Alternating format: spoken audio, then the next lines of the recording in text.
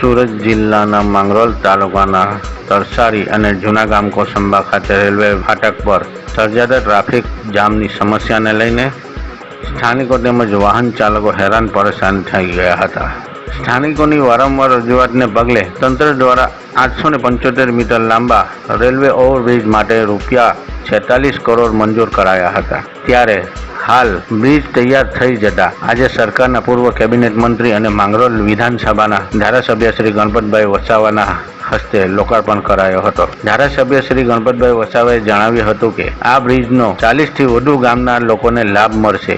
લોકાર્પણ કાર્યક્રમમાં સુરત જિલ્લા પંચાયતના પ્રમુખ ભાવિનીબેન પટેલ, માંગરોળ તાલુકા પંચાયત પ્રમુખ મનહરભાઈ વસાવા, અફઝલભાઈ પઠાણ, પાલિકા કારોબારી શૈલેષભાઈ, સંગઠનના હોદ્દેદારો, માર્ગ મકાન વિભાગના અધિકારી MS પટેલ, જૂના ગામ કોસંબાના ડેપ્યુટી સરપંચ શાહિદભાઈ આરફ, અમીશ પટેલ, પ્રાંત અધિકારી કૌશિક જાદવ, તાલુકા મામલતદાર પાર્થ જયસ્વાલ સહિત સ્થાનિક આગેવાનો તેમજ ભાજપ અને કોંગ્રેસના તમામ કાર્યકરો પણ હાજર રહ્યા હતા.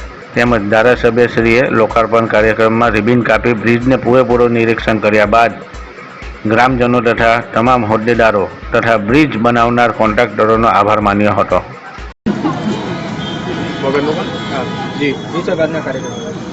મિત્રો, આજે માંગરોળ તાલુકાના તરસાડીનગર ખાતે ₹46 કરોડ જેટલી માતબર મોટી રકમના ખર્ચે રાજ્ય સરકાર દ્વારા જે ઓવરબ્રિજ મંજૂર કરવામાં આવેલ હતો એનું આજે ઉદ્ઘાટન કરવામાં આવ્યું છે.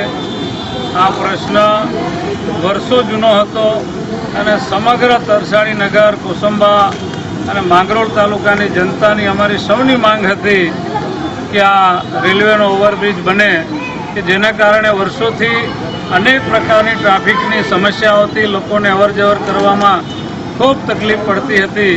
કે રાજ્યના મુખ્યમંત્રી શ્રી ભૂપેન્દ્રભાઈ પટેલ સાહેબે આ પ્રશ્ન હલ કર્યો છે અને આ પ્રશ્ન હલ થવાને કારણે આ વિસ્તારની જનતાની સુખાકારીમાં એક આ નવું નજરાણું ભારતીય જનતા પાર્ટીની સરકારે આપ્યું છે. બદલ રાજ્યના મુખ્યમંત્રી શ્રી ભૂપેન્દ્રભાઈ પટેલ સાહેબનો હું ખૂબ ખૂબ આભાર માનું છું.